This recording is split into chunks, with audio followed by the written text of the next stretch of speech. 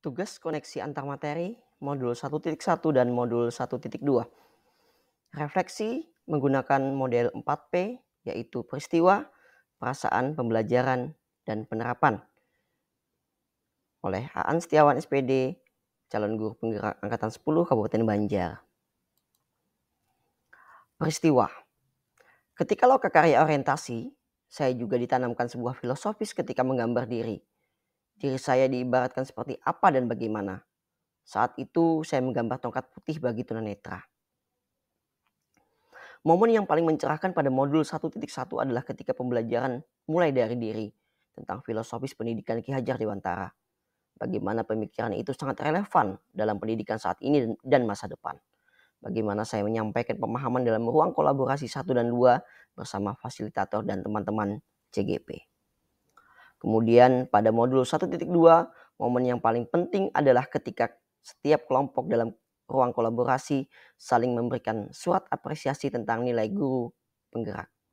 Sebagai momen awal untuk penguatan kesadaran diri, saya mengirim pesan kepada Bapak Amin, Pak Amin menyampaikan pesan kepada Bu Yulianti, dan Bu Yulianti mengirimkan pesan kepada saya. Seperti alur kolaboratif yang membentuk support system yang saling mendukung. Kemudian keterkaitan dari modul 1.1 dan modul 1.2 adalah kaitan yang saya pahami antara modul 1.1 dan modul 1.2, bahwa di modul 1.1 kita dibawa untuk reflektif membaca diri, membuka diri, memahami filosofis pendidikan Ki Hajar Dewantara sebagai cerminan nilai-nilai dan peran guru penggerak di lingkungan pembelajaran. Bagaimana nilai berpihak pada murid itu didasari dari kodrat alam dan kodrat zaman. Bagaimana nilai inovatif itu didasari dari filosofis cipta, rasa, karsa, dan karya menurut Ki Hajar Dewantara. Sudahkah nilai-nilai itu melekat dalam diri kita? Kemudian perasaan. Saya begitu bahagia ketika bertemu dengan kawan-kawan di kelompok 10 saat lokakarya orientasi. Langkah awal kami ditajamkan di sana, bagaimana alur perjalanan sebagai calon guru penggerak, hingga alur merdeka itu sebagai tahapan sebelum benar-benar tergerak, bergerak, dan menggerakkan. Meski mendaftar dan terdaftar sebagai CGP itu merupakan embrio dari tergerak. Nah, bagaimana selanjutnya kita bergerak dan kelak menggerakkan. Sungguh perasaan yang penuh optimis, memandang positif, belum lagi ketika kita membayangkan wajah murid-murid kita, kelak ingin menjadi apa mereka, bagaimana menuntun mereka agar menjadi harapan kita. Sudah siapkah kita memiliki nilai-nilai menjadi seorang guru penggerak? Saya juga merasa dihargai dan antusias ketika momen-momen diskusi kita diberikan ruang untuk menyampaikan sudut pandang, baik oleh fasilitator ataupun pengajar praktik. Itu menjadi dasar kita nantinya memahami perbedaan karakter peserta didik dengan diferensiasinya masing-masing. Pembelajaran.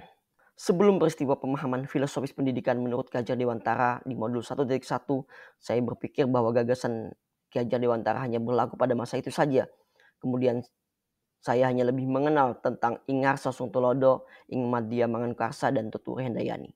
Dan sekarang saya berpikir bahwa gagasan-gagasan KHD itu sangat relevan bagi kemajuan pendidikan di Indonesia.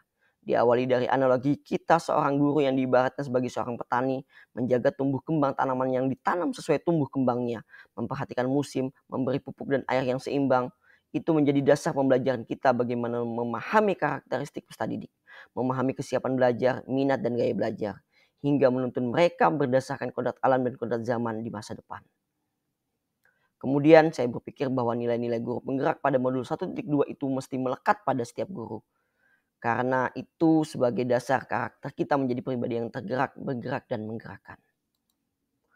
Penerapan ke depan, pengembangan diri sederhana seperti pemahaman karakter peserta didik melalui asesmen diagnostik, baik sosial, komunikasi, literasi, numerasi, minat, bakat, juga orientasi mobilitas. Pemahaman karakter ini sebagai penguatan dari nilai reflektif. Bagaimana kita bisa membaca diri sendiri juga peserta didik dengan baik. Membuat strategi pembelajaran yang berpihak pada murid dengan mempertimbangkan gaya belajar siswa, minat, dan kesiapan belajar. Seperti Effendi sangat menyukai bermain drum. Sehingga ketika pembelajaran matematika bagian diameter lingkaran, maka bentuk orientasinya adalah mengenali diameter drum di ruang musik. Rencana nyata yang pertama adalah setiap akhir pembelajaran di kelas, guru dan siswa saling merefleksi melalui kesepakatan kelas. Yang kedua, 15 menit sebelum presensi pulang, para guru memberikan refleksi pembelajaran. Dan ketiga adalah gerakan membuat quotes atau kutipan setiap pagi hari, baik melalui media tulisan atau lisan, bagi peserta didik sebagai keberpihakan pada murid tentang perasaan dan sudut pandang mereka. Terima kasih. Kutipan atau quotes dari salah satu peserta didik kami yaitu Ragil Hairia. Di mana ada kesalahan, di situ ada kebenaran, dan di mana ada ketakutan, di situ ada keberanian. Kemudian boleh kita bersedih, tapi kita tidak boleh berlama-lama dalam kesedihan. Tenang, tersenyumlah, maka engkau akan menemukan kebahagiaan yang sebenarnya.